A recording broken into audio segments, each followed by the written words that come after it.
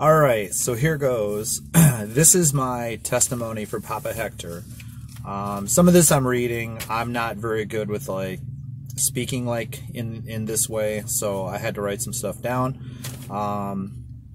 So basically, I'm a middle-aged man living in the Midwest. When I was young, I followed a girl to New Jersey, and I ended up married there with kids and divorced at 32. And it was awful from start to finish, aside from being a father. And the severity of that marriage and divorce was way beyond normal dysfunctional bad marriage and divorce. It caused me to go looking for meaning. So what I was trying to find when I met Papa Hector was just meaning. I wasn't looking for money. I wasn't looking for another woman or anything material. I just kind of wanted a whole bunch of bad luck, just kind of wanted me to figure out what the hell's going on.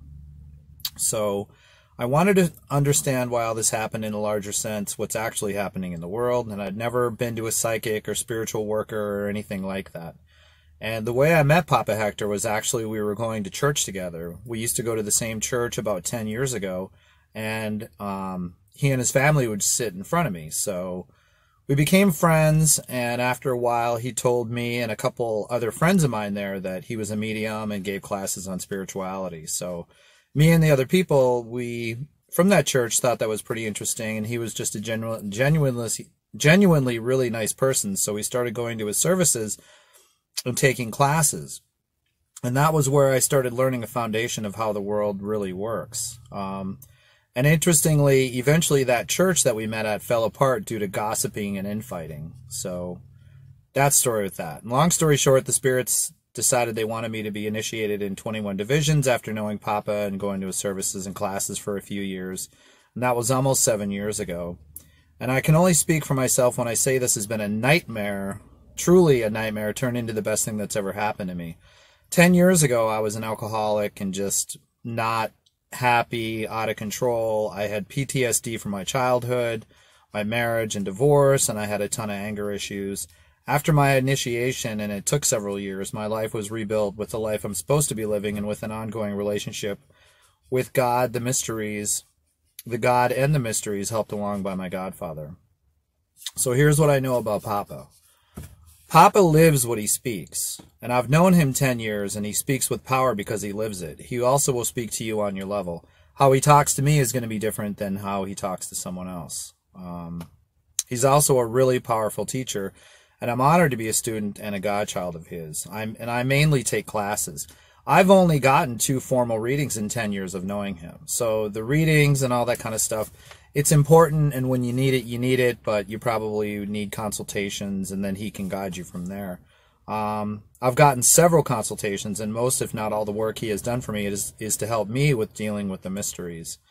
And I think if you want something resolved or spell work, he can for sure do that for you. But there is a huge well of learning and enlightenment voodoo and the other religions he's trained and initiated in can give you. I personally believe Papa is out here at this time and place to help people who are connected to these traditions but were born estranged from access to it. I would be in a way bigger mess than I am now if I hadn't met him.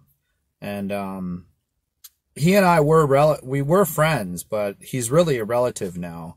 I accord him the same fear and respect I give to the Loa, and I view him like a mystery or one of my grandparents. And that extends to the Mambos and any other member of the house that runs the house beyond me.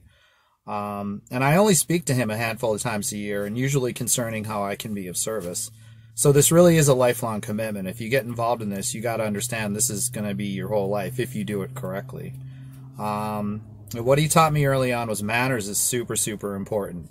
Please and thank you and all that, and manners and no gossip, and just staying away from bad talking other people, and no gossip, and stay out of other people's business. And in voodoo, you pay for everything.